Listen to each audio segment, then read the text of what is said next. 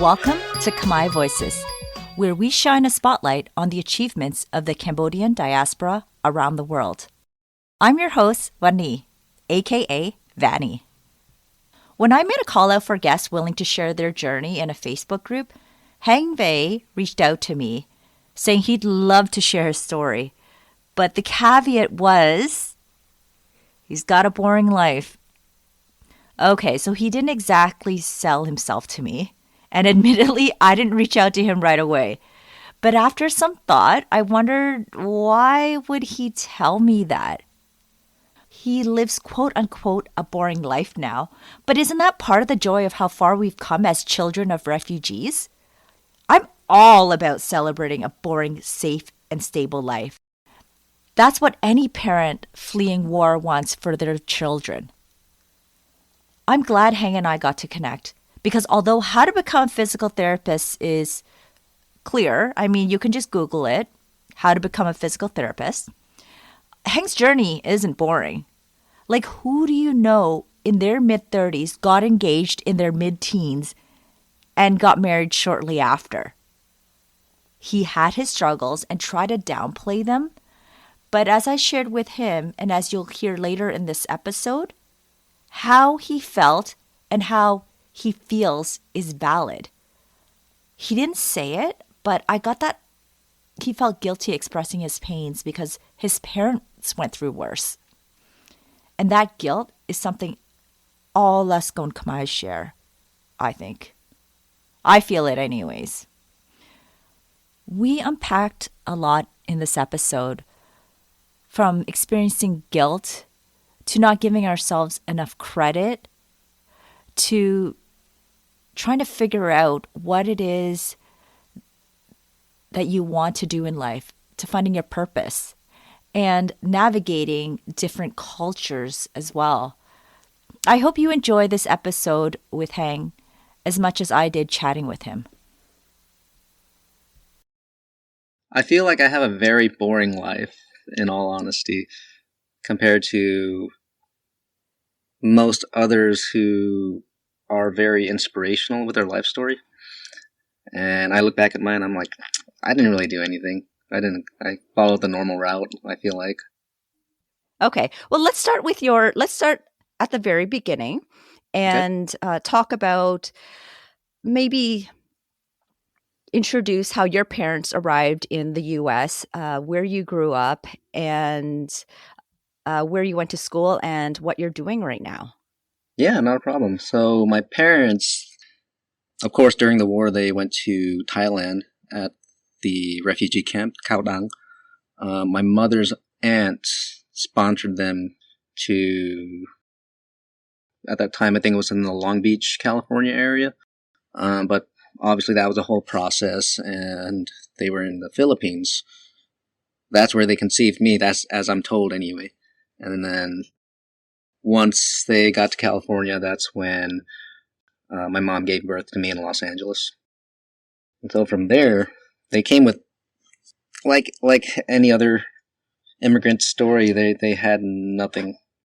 And they had to work their way up to provide for us. And we stayed in Los Angeles until I was 10. I have 2 older sisters and 1 younger sister. And my mom and dad, they worked very hard for everything. They provided for us. They were essentially working in a sweatshop. So they were working with sewing machines, making clothing. They would bring their work home. So because at that time, I think it's still true today, with the volume that you produce, the more money you'll make. Is that in California? Yes, that was in California. But they kept saving money until an opportunity came up to go into a partnership for a Chinese buffet and sports bar in Minnesota with my aunt.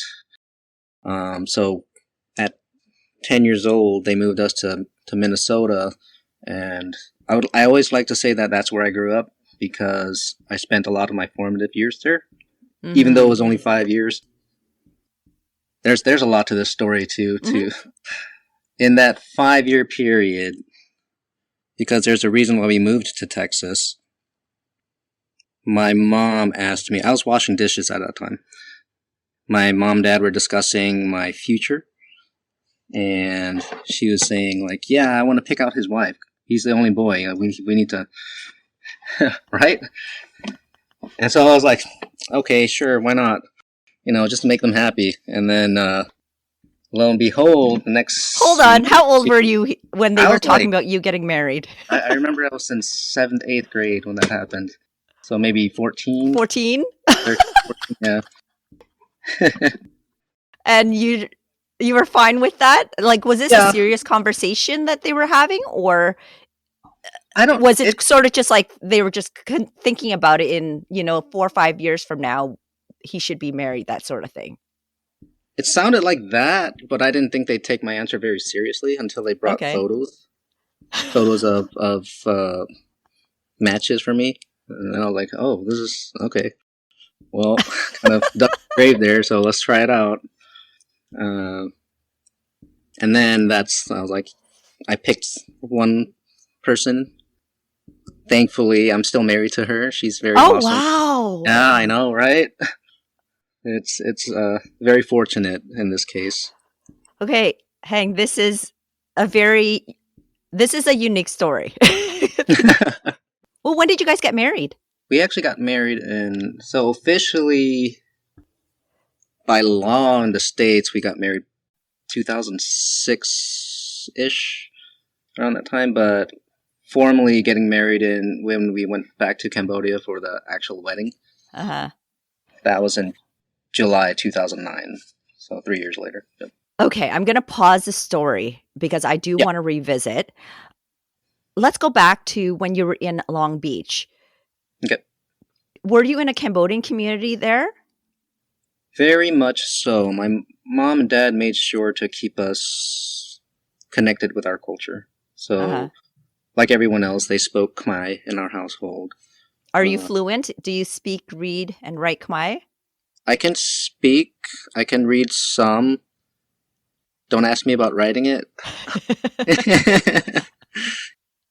But that's all really thanks to my wife. If I didn't meet her, I probably would not. I'd have broken Khmer right now.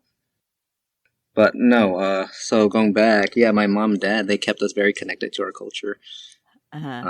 So we lived in LA, but my dad would take us to Long Beach every weekend because it's such a high population of Khmer people over there. Mm-hmm. We would visit family and relatives. We would have a lot of fun. The kids would, anyway. I'm sure my mom and dad probably were pissed at us for getting into trouble. Well, they went there every week, and I'm sure they got some joy out of it as well. Oh, yeah. So you moved to Minnesota when you were 10 years old, and between the ages of 10 and 14, you said that you were washing dishes. Can you tell me more about that? It's just, a responsibility that was expected of us. Like at home or at home. the restaurant? Home. Okay. Sorry, it was at home. Okay. No, I didn't start working at the restaurant until maybe a year or two, when I was in 7th grade, so about 2 years after they took over that restaurant. Mm-hmm. Yeah, that was an experience. Yeah. See, I honestly it doesn't sound like your upbringing has, it does sound a lot like other refugees, immigrants' stories in terms of starting to work and help your parents at an early age. But it is a unique story right now to me. I'm finding it very fascinating. I don't know why you're trying to sell yourself as someone who's boring. I guess maybe because my life right now is pretty boring, but I enjoy it. I enjoy the boring life. And let's celebrate that. Yeah. Right?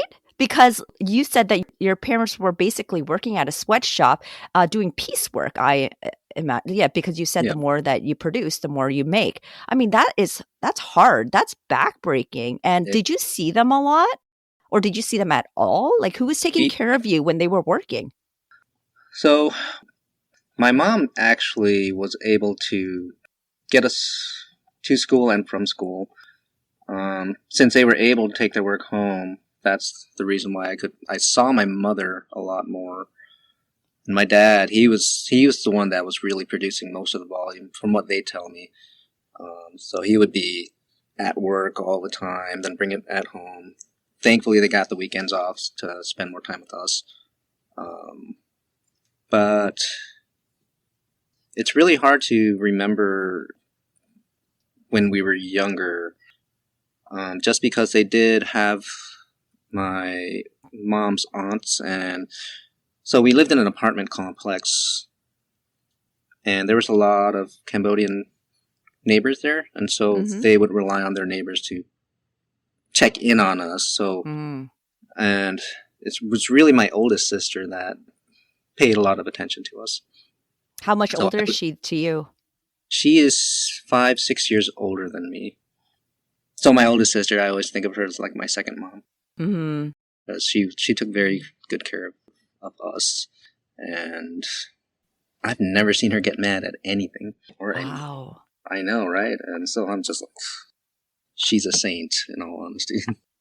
That is a reflection of how your parents raised her too, because a lot of what the kids project is what is projected onto them, right? So you are very lucky that at that such young of an age, she had so much patience with you and love.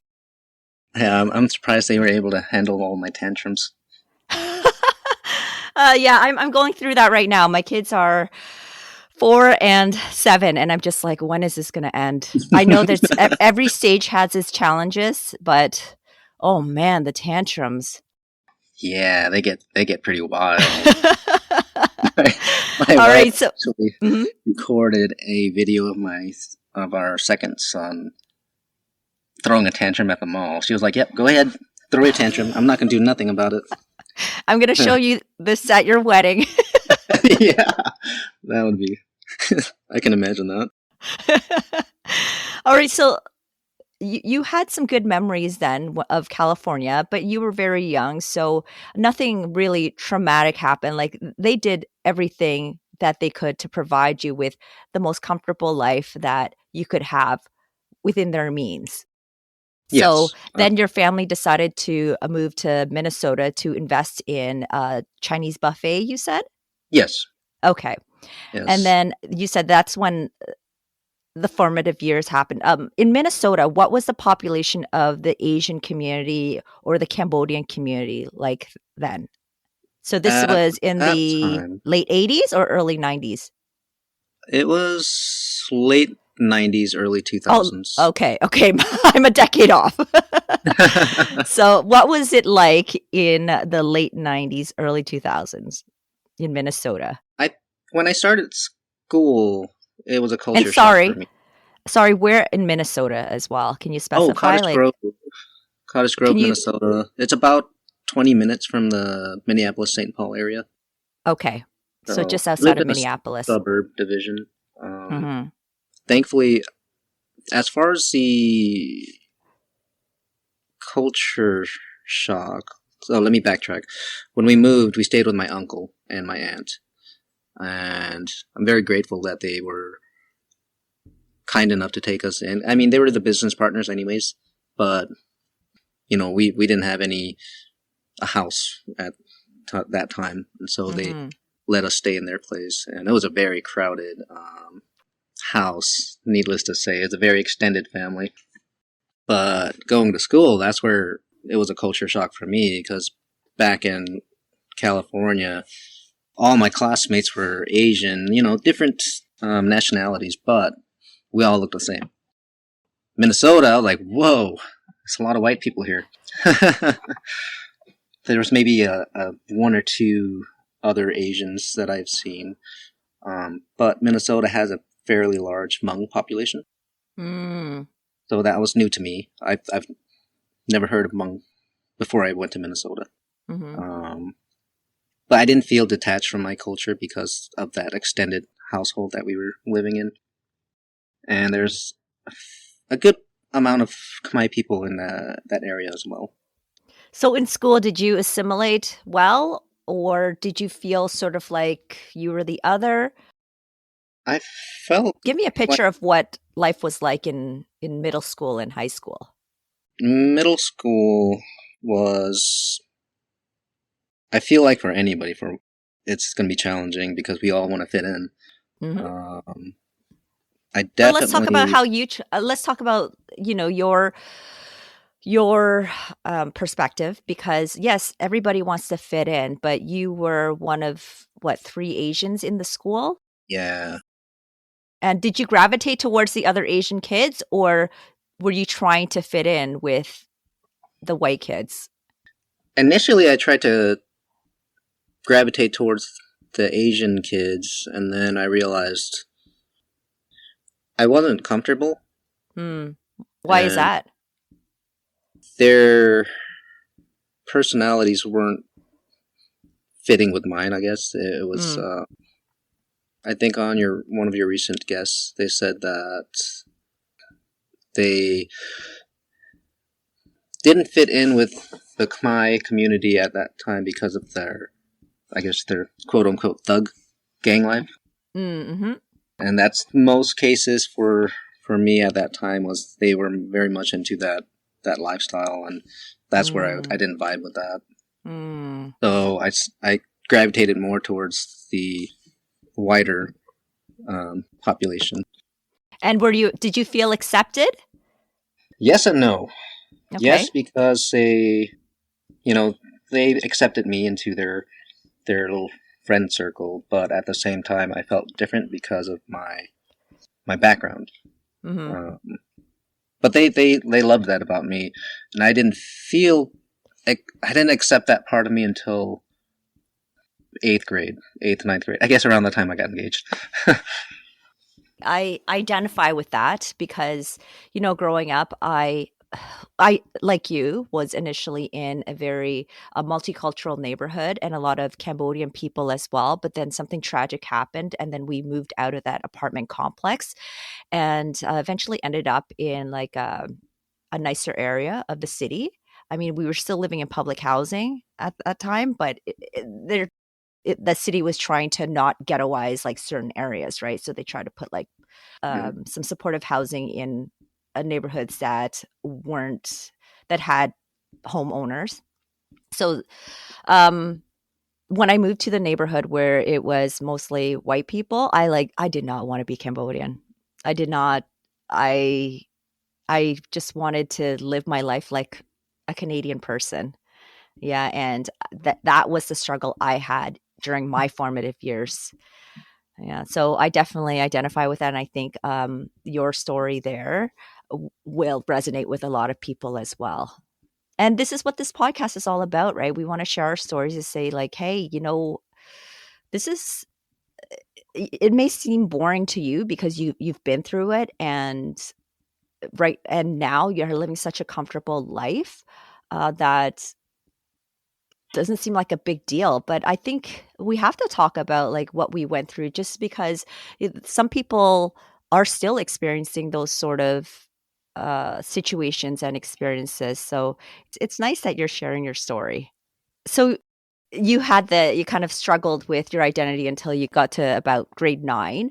What happened in grade 9 where you finally decided like, hey, I'm proud of who I am? So my dad, my grandfather was on his deathbed, and Mm. being the only boy, my dad's side, I had an obligation to go to the funeral. So I missed maybe a good 3 months of school at that time Mm. because of that. But it was being more aware at that time because my dad took us to Cambodia like once before, but I was in like fourth, fifth grade at the time, so I was still a kid, didn't know anything. Yeah. So when I was there, I was 14, 15. I became more aware. It was a big shock to me, the poverty level that, it really opened my eyes to Mhm. seeing how everybody was living at that time in Cambodia. Mhm. And Can you tell me approximately what year was this? 2004, 2005. Okay. Yes. So about 20 years ago, you went back to Cambodia. You don't have much recollection of when you went in grade 4? Oh, I do. I do. I just, Uh-huh. being young, I didn't think about any of that. I was more Right. self-absorbed. I want to be happy. I want to be playing these things. I want to play with my Mm. cousins and all that. Mm-hmm. This time it was more a little more traumatic just because of my grandfather's funeral. Mm-hmm. Um, I barely knew him. I met him once when he was alive, and what was surprising for me was how much I was emotionally. I literally cried really hard for a good 5 minutes when my Mm-hmm. grandmother told me that he's gone. Like, Mm. and then I was like, "Wait, what's going on? Why are these tears coming out? I only met him one time. Why am I crying this bad?" And then my dad took me to the side, like, "You need to man up. I know this is sad, but we're guys. We can't show our emotions and stuff like that." Mm. Um, I mean, if I felt that way, imagine how he felt. That was his dad. Mm-hmm. But Mm-hmm. Did you I feel guess like you lost that opportunity to get to know your heritage and culture more? Do you remember what you were feeling? then, Like what were your thoughts? What were you thinking? I know that you were questioning like, "Hey, I only met this man once. Like why am I feeling this way?" Um I thinking back about it now, like what do you think that made you feel that outpouring of love and hmm, grief for him? that's a really great question. I never thought about it like that. I had to say, I lost a connection to a part of me, an Mhm. opportunity to get to know our family in a much deeper level. For one, I hear my dad and my aunts, my grand aunts, I guess, Mhm. talk so highly of him, and he was so adored in the community. Everybody looked to him for advice, Mhm. and during the funeral procession, it was a lot. It was a large amount of people that came, and I thought this was normal, and then I looked at other funerals. I'm like, oh, this is not normal. Mm. And yeah, so yeah, it So how was long how long were you in Cambodia for? at that time it was a good, I would say 2 months, two Oh, 3 months right. because Yes, you mentioned that. And that's this visit struck you more because obviously you are older. You were able to see the injustices and the poverty. Uh, what what were you doing during those 2 to 3 months? So you obviously grieving. Did you explore Cambodia as well? And what did you get from that trip? um a good month of the time was for the grieving process. So Mm-hmm. we didn't go anywhere. We had to stay because of I think there's if I remember correctly, there was a certain amount of days we had to stay there because we would do a different kind of procession for it Uh-huh. in order to get to that next stage of grieving. So, like, I remember with my other grandfather, there was a 100-day grieving period and then another year to celebrate that. Mm-hmm. Kind of the same thing with this one. But at that time, I had schoolwork, so I was like constantly Mm-hmm. studying or trying Mm-hmm. to study. I was never a good student at that time. I was bad. uh, but And then after when you that, go ahead. go on. No, no, finish your story. After that. After that was over, then came time for my engagement. Mhm. Yeah, So your wife grew up in Cambodia then? yes. Okay. That only took about 2 3 days for that process. And you were 14. Yes. Wow, incredible. Yeah, I just went with Okay. it. It's especially after everything that happened. I was I needed to be a very dutiful son. Uh-huh. That was my takeaway. One of my fat dad's relatives, he came up to me, like he was having a conversation with everybody, and then I was walking in, and he stopped me, like this struck me really, really deeply at that time. He said that if there's like food, or like, how we offer food in the shrines to the Buddha or whoever our religious deity is, if you have that option, give it to your parents before you even give it to that deity. And he went on to explain that your parents are the ones that took care of you, raised you. And that's where my feelings of being a good son really, really bursted out of the seams. So that kind of dictated the later periods of my life. So you met your fiance Yes. at that time as well. Oh, actually, I met her the first time I went to Khmer. Hold on. Wait, when you were in grade 4, but you didn't know then. I didn't know that at that time. I think they were planning it since then. Oh my goodness. It's funny because growing up, they'd always kind of like joke about it. And I never took it seriously because I'm like, I'm not letting you pick my partner. Yeah. No way.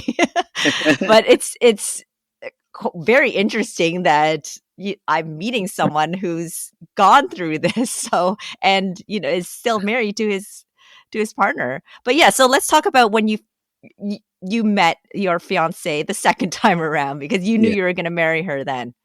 Mm-hmm. So what was the introduction like? I felt like it was a normal, like, hey, like, because we're both teenagers, right? We were just talking to each other, getting to know each other. Like, yeah, cool. Then it got kind of awkward, like, yeah, we're getting married, apparently. I'm like, yeah. Well, we talked, we hung out from time to time. And went on, I guess you could say, supervised dates. That was awkward. So what were you feeling? Did you think she was cute? Because you're a teenage boy, right? It was very pretty. The photos that my mom and dad showed me back in Minnesota, I was like, wow, she's pretty. And then, what did you guys talk about? Just school, like normal teenage stuff. School, like, yeah. Then I was like, yeah, it's really hot here, isn't it? Like, I can't really tell. That's, There was definitely a language barrier at that time. It wasn't as great as it is now. But she was learning 2 more languages on top of what her Khmer is already. And so her family, both our sides, we have, Chinese blood, right? So her grandparents, her mom and dad made her go to Chinese school to learn the language, learn and write the language. And I was like, whoa, that's next level. Right. And then she's also learning English. And so she was able to at least talk to me in English in some form. And when I don't know a word, I'm like, how do you say this? And come on. And if it's too big of a word, she's like, I don't know. But yeah, it was fun. So you spent about 2 months with her, and then you went back to Minnesota? Yes. And then you maintained contact, I'm assuming, while you were back in the U.S.? Tried to. I would send her, some gifts every now and then. Try to call her, but then I was like, we didn't keep in contact as well as most people would like to think. I probably called her like once or twice until she actually came over to the States. When did she arrive in the States? 2006. Okay, so about a year later? Yeah. Or 2 years? I think I'm getting my dates wrong. You're an old man now. Thank you. 2006. Okay. Yeah, it was 2006. It was 2003, 4-ish. 2004, really. That's when we got engaged. So yeah, it was about a year later. Okay. How did you, what's the word I'm looking for? How did you reconcile your life in the U.S. and your fiance in Cambodia? Like, how did you accept the two worlds that you were straddling in between? Because, you have this, you live in Minnesota with predominantly white people around you, Hmm. and you have a fiance in Cambodia that that you're going to be married to. Did you tell your friends that you were engaged? I did. I did. I told Yeah? them, yeah, I'm engaged now. That's why I have And a what ring did on they my finger. say? And what did they They're like, say? they were shocked. Like, whoa, what? Uh-huh. I'm like, yeah, Because that's completely different from the Western lifestyle, right? it really is. When I told them that, they at first, they were shocked, but they were like, "That's cool, man." Uh-huh. But I sensed like some sarcasm in their voices at that time too. Like, okay, Yeah. it is what it is. What do you want to do? Uh-huh. Oh, wow. And then, so from the time that during that time period, then, like, what was life like? Were you just going to school, doing extracurriculars, working? Paint a picture for me what life was like until your fiance arrived. Let's see. So, I everything picked up back to normal. Mm-hmm. Going to school. Like I said, I wasn't really a great student. I was really average. Um, so it was a really normal life, and then we moved to Texas. And why did you move to Texas? I honestly, I think there was something about the marital laws at that time about us, our age, or something like that. Okay. But my dad never really gave me a reason. Um, but we moved to Texas, and my mom and dad continued to work really hard. They bought a gas station convenience store at that time as Mm-hmm. well. So I started to work more of a full time position, and it was another culture shock for me as well, going from the north all the way to the south. Mm-hmm. That was it was yeah, it was different.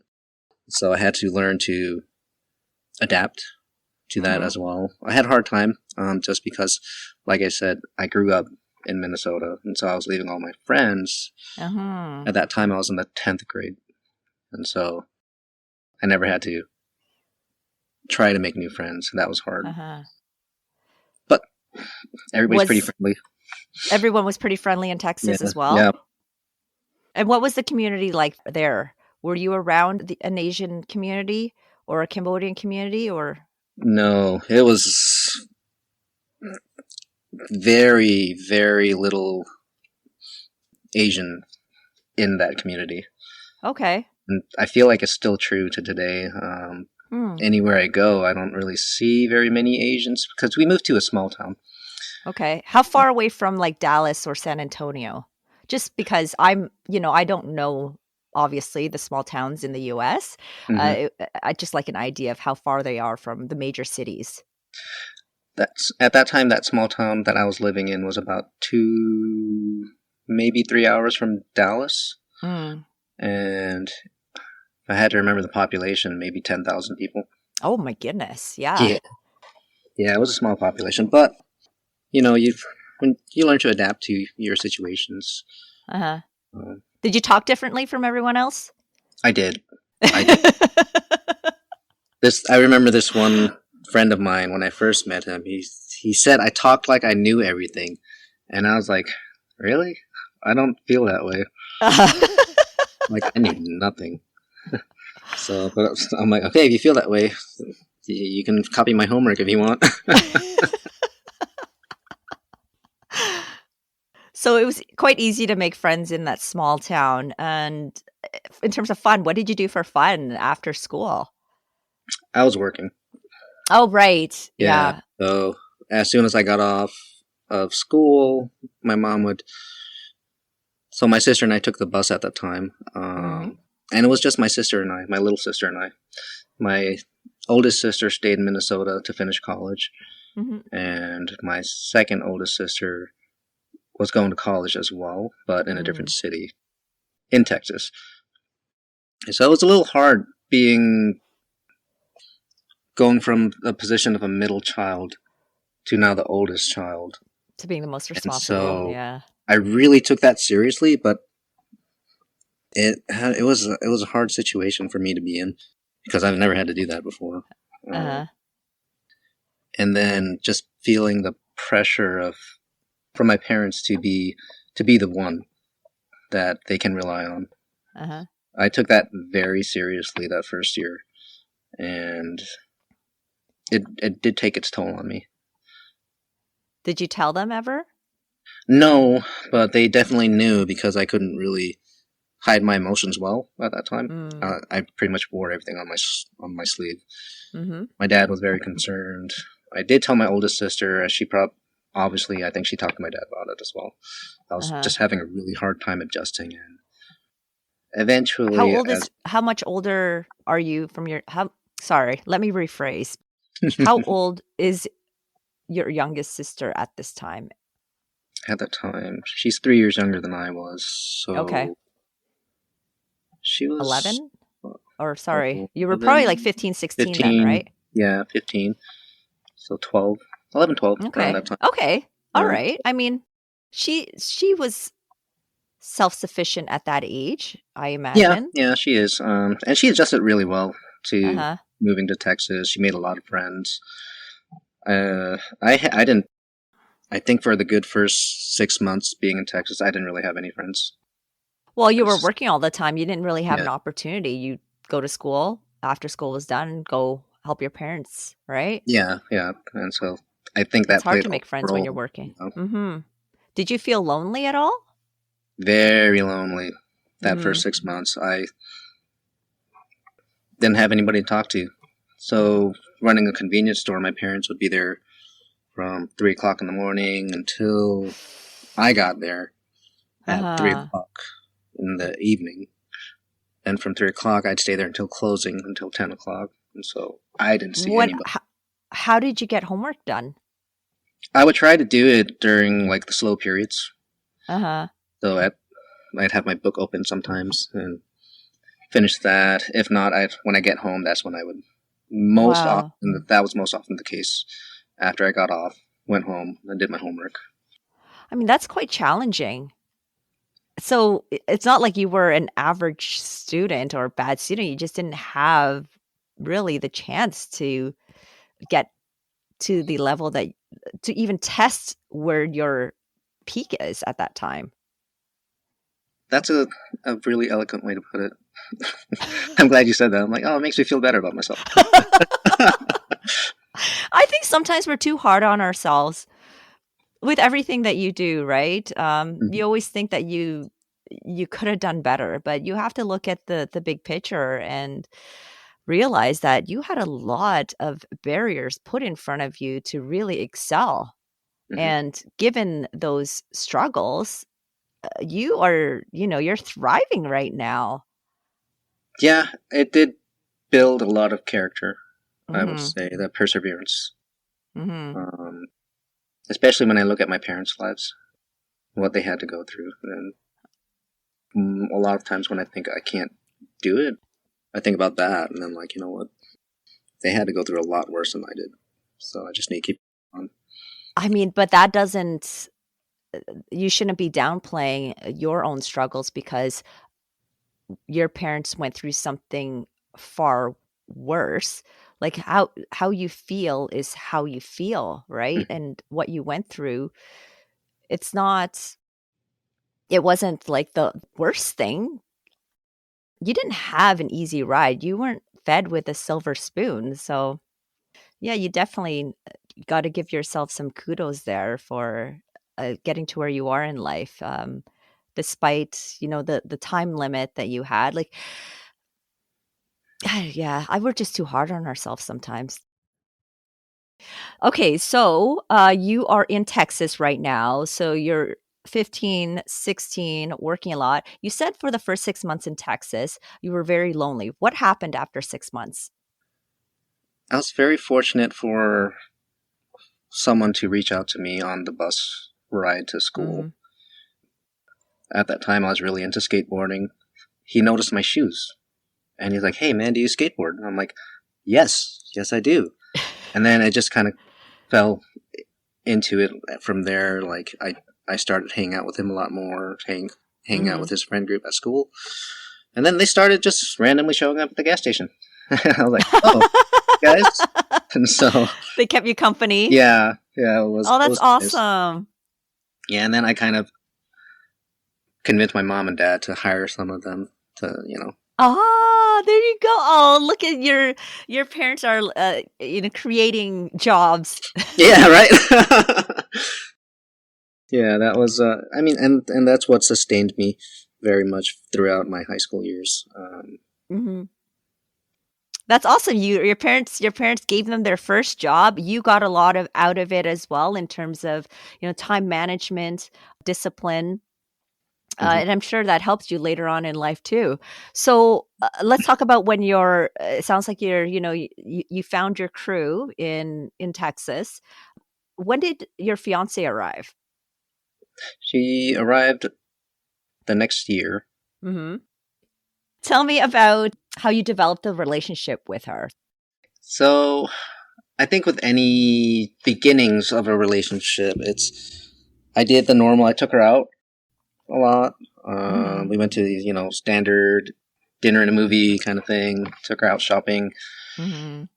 and I feel like what really connected us was my wanting to improve my Khmer and her wanting to improve her English.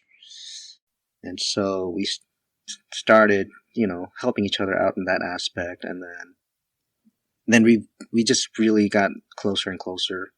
The more we I guess you could say studied, and of course she was also helping out at the gas station, Hmm. and so I'd be there as well. And then it just developed into a very loving relationship. It just happened. When did you officially get married again? 2009 in July. Okay. Pretty much 4 years after you met. Yeah, And this was in Cambodia that you got married? it was in Cambodia. Okay, so you got married in Cambodia and then you guys came back to the US. Hmm. Okay. And did your wife end up going to school in the US? She did finish her GHD, or Mm. is it GHD? I honestly forget. Is it a GED, high school? Is it the high school high diploma school equivalent. equivalent? Yeah, it wasn't that at that time though. It was during our period when we had our donut shop. Okay, so you guys started a donut shop together. Yes, my dad. Okay, so the story behind that is I tried going to college, junior college for a semester.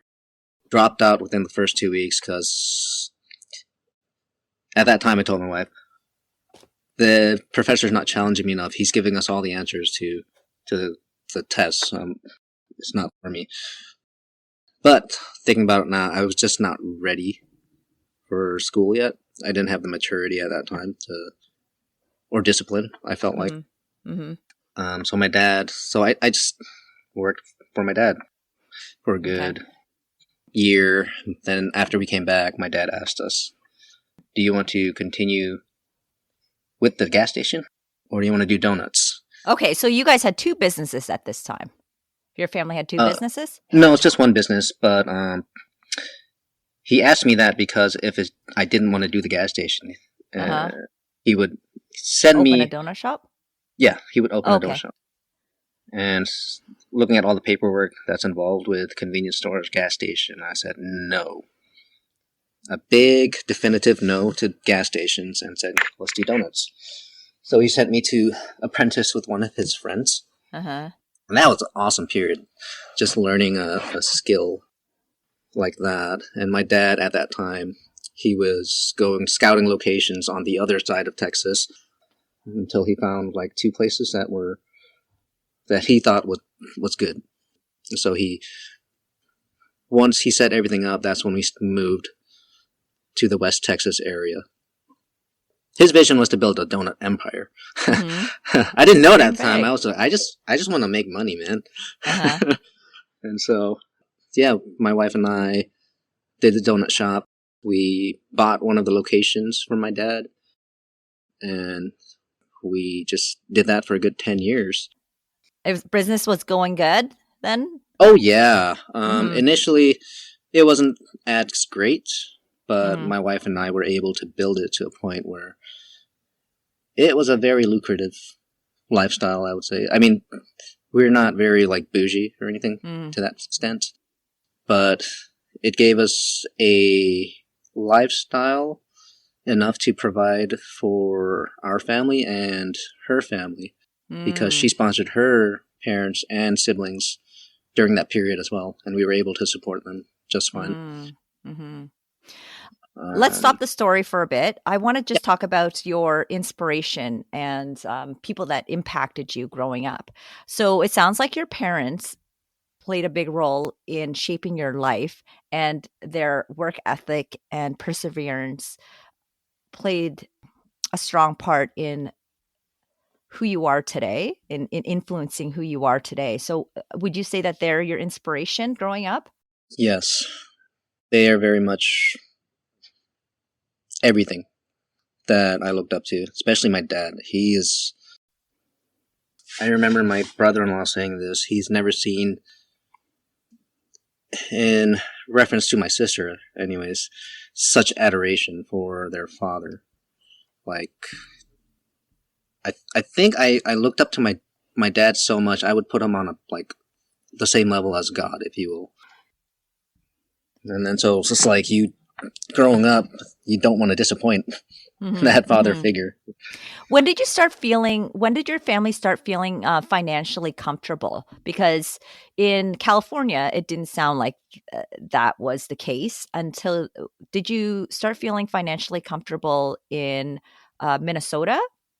Yeah, actually, it Mm-hmm. was when my parents bought a house. Um, Mm, I was still young, so I didn't really care much right. at that time. But my sisters, so my two older sisters, they were not born in the country, in the States. They were born in Thailand, Mm-hmm. Cambodia. Mm-hmm. And they were having a conversation while we were enjoying the first night in our new home that we finally made it, Mm-hmm. and when they said that, I realized, wow, we did. Mm-hmm. Like, we have our own house. My mom and dad have a business. Mm-hmm. We're thriving at that time. And so it was very special for them when when they were talking to each other. And then I guess in Texas, I don't know what real estate is like, but it was cheaper to get a nice house in Texas versus Minnesota? Yes. Mhm, When you asked that question, I did think about that. My We had a split entry house in Minnesota, and then my mhm. when we moved to Texas, my dad bought a house that was fairly large and had an indoor swimming pool. Whoa. I know. I was like, my sister and I were so ecstatic. We were like, "Whoa, a swimming pool? Uh-huh. You Jump made it. in!" Yeah, you're rich. Right? We certainly felt that way at that time. That's awesome. Yeah. Yeah, so okay, 10 years in the donut shop. What made you decide to go into physiotherapy? So there's a Oh, good. actually, sorry. I forgot to ask other questions there. Did your parents always expect you to go to post-secondary school? And were they upset or were they disappointed when you dropped out of junior college? They didn't express anything, or they Mm-hmm. didn't say anything to me at that time. Mm-hmm. But I'm sure they were very, very disappointed in me. Mm. And I guess at that time they were like, okay, if he doesn't go to school, then he's gonna It's gonna work.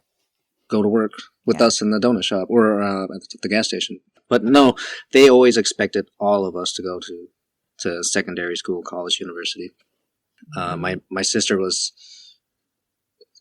I, it was hard to find motivation to go to school because I didn't know what I wanted to do, Mm-hmm.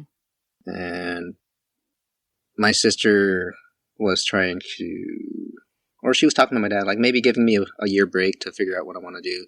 Mm-hmm. And my dad was very adamant, no, he's going to school. Mm-hmm.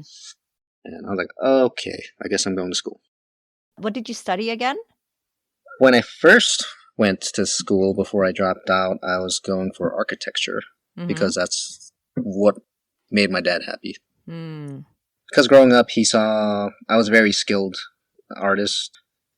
Then I guess what changed was when we went to the donut shop, or when we were doing the donut shop, there was a falling out between my parents and my in-laws. Mm. And my dad asked me a question, which changed the trajectory of my life. If you didn't have the donut shop, how are you going to support your family? Because I had my son at 21. And he kept going on saying, like, you don't have any skills that anybody would hire for. And that's when I was like, okay, that's a deep question. I need to think about that. But what influenced me to go into physiotherapy, I used to weigh 250 pounds. I'm How tall are you? 5'8". Oh, wow. Okay, yes. That's a big difference. And so during the time when my parents had the gas station, Mm-hmm. I guess that's really when I started gaining weight, because all the access to the foods and stuff. But anyway, I decided one day I need to change this, because I was always on the heavier side, but it got really bad when I was in Texas. So growing up, I was always bullied for being overweight. Especially when you go to a relative's house, they don't say anything, but they look at you, right?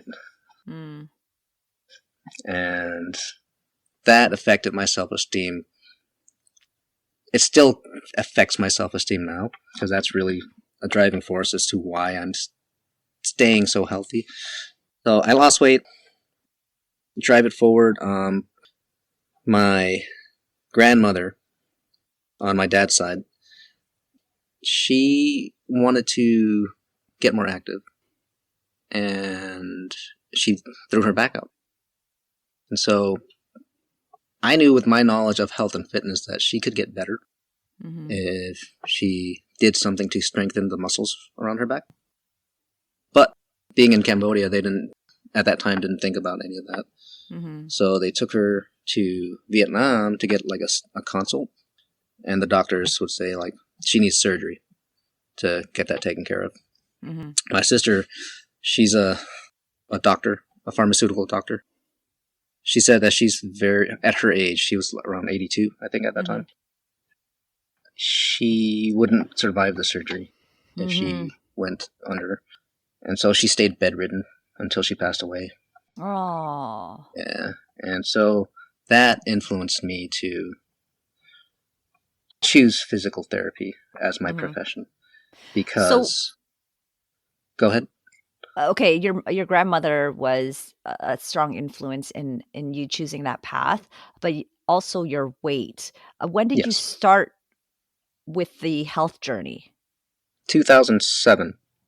What year was it when your grandmother injured I would say her back? 2010, 2011. Okay, so you're already on this health journey. You already had initiated this healthier lifestyle when your grandmother hurt her back. Yes. Okay. So I already had lost quite a bit of weight prior to that.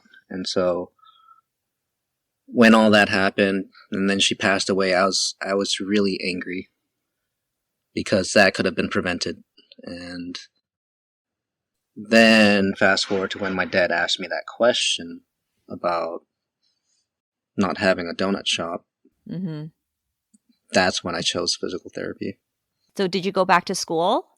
I did. At that time, I was working full-time with the donut shop and going part-time to university. That was on another level. As far as the added stress and anxiety because of studying, trying to run the shop. Run a business, yeah. Yeah. I was driving back and forth 1 hour commutes there and back to attend university. How long did you do this for? I did that for a good 7 years. Oh my goodness. I guess if you're going part-time. Sorry, 7. Not 7 years. Total schooling was 7 years, but I would say 5 years maybe. Yeah. Okay. And you also had your son at this time. Yes. Yeah, it was hard. I really learned how to be efficient with my time at that Mm-hmm. time. Mm-hmm. So going in between like little breaks of Mm-hmm. between customers coming in, I would take a good 10 minutes to study Mm-hmm. and then pause. All right, take care of the Yeah. customers. Study again. Mm-hmm. And so I really had to absorb everything. With the time that And you not had, just, the limited time that you had, yeah. yeah. So that Oh, was I can sad. I mean, definitely relate to that. I was studying for my wine courses while working full time, but I didn't have a child, so that is another element. When I first started getting into wine, and every spare moment I had, I would do that. But then I was pregnant with my first child, my daughter, and I was like, oh man, I'm bored. I was on mat leave, and in Canada you can take up to 18 months off, and I'm mhm. like, I'll take 18 months off. I don't really, my husband made enough money where I didn't have to go back to work right away, Mhm. and I was like, after like 14 months, when she was first born, I was like, oh man, this is like kind of boring. Like I know I should be cherishing my moments with her, but like this is kind of boring. So I decided to actually enroll in another wine course. And every spare moment I had, I would just like, yeah, I would read to her out loud too, because they don't really care Yeah. at that age, like what you're saying. They just want to hear your voice. So that's how I studied too. Yeah. So I totally get it. I totally get like trying to squeeze every free moment you have to, and just kind of figuring out ways to study. Like I'd go for a run, and um I would listen to myself like read as well, because I would record myself and then just Mhm.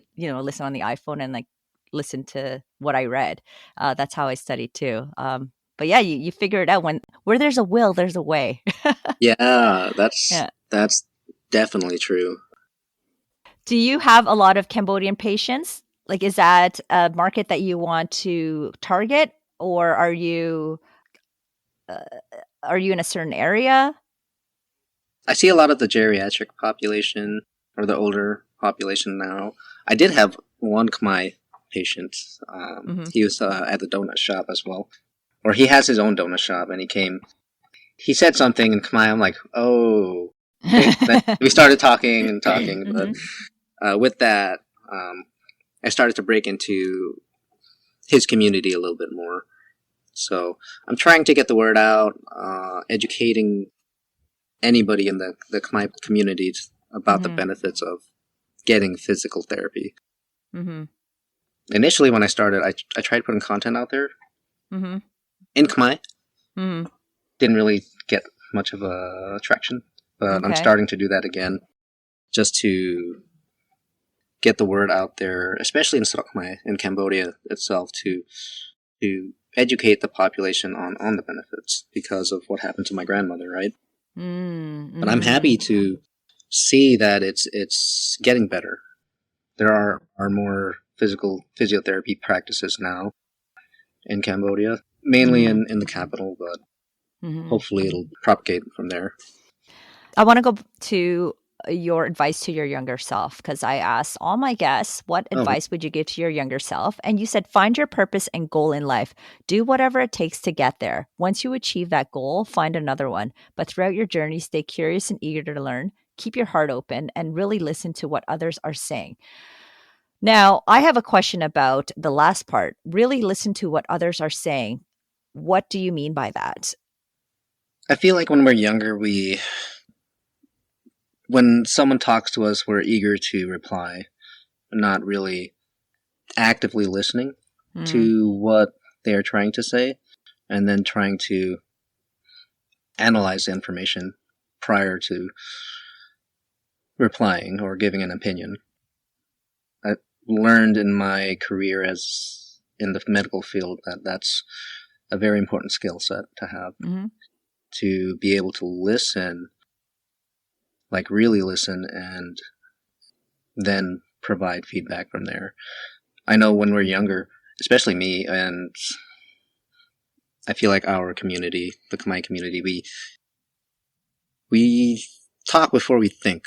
I I feel, especially in the older generations now, or my parents' generation anyway. As far as what I've seen, that nobody wants to lose in a conversation or when it gets to an argument or a disagreement, and they'll say whatever it takes to win versus dialing down our egos and accepting that, okay, what they're saying is true. You're right. I'm sorry. And then discussing that from there.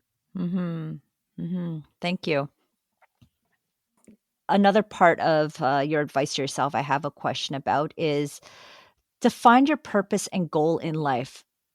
Now, that is a loaded statement because how does one find your purpose? So the reason why I said that, when my dad asked me that question, that earlier question about what if I didn't have that to support us, I spent a good month or two soul searching. It was a really hard question to answer. I had to ask myself, what gives me fulfillment? And I knew I wanted to help people. I just didn't know in what form. And so I would ask myself, okay, what do I enjoy? And that's where the health and fitness and that came into play. And then I realized, okay, that's what I want to do. Was there anything else that contributed to you closing your donut shop when your dad asked you that question? Yes. So running a donut shop, I'm sure a lot of other donut shop owners can relate. It requires a lot of hours. My wife and I were working 60 plus hours a week, 7 days a week, and it's not very sustainable in the long run. That played a big role as well. I remember one day I knew, I can't do this anymore, was when I was taking care of a customer and I didn't really take care of the customer. So, you just didn't care? I just didn't order care. your donut and please get out? That sort of thing? Pretty much. When I realized that, I was like, I can't treat the customers the way they deserve to be treated. I don't deserve to be in this business anymore. It really hit me hard that day too. I was telling my wife, we can't do this anymore. Yeah. What are a couple things you want listeners to take away from your story? If I had to say, don't give up. No matter how hard it gets. If you have something you want to do, if you have that purpose, that goal in life, be prepared to walk through hell in order to achieve that. But if you have that mindset, then you can do whatever you want. Figure out your why and you'll find your purpose. I don't know if you know, but that's essentially what the famous inspirational leader and author Simon Sinek says too. And really listening to what people are saying before trying to defend your position, I couldn't agree more, especially during these recent times where we've become more polarized as a society. Thank you, Heng, for opening up, being vulnerable, and sharing your story on Khmer Voices.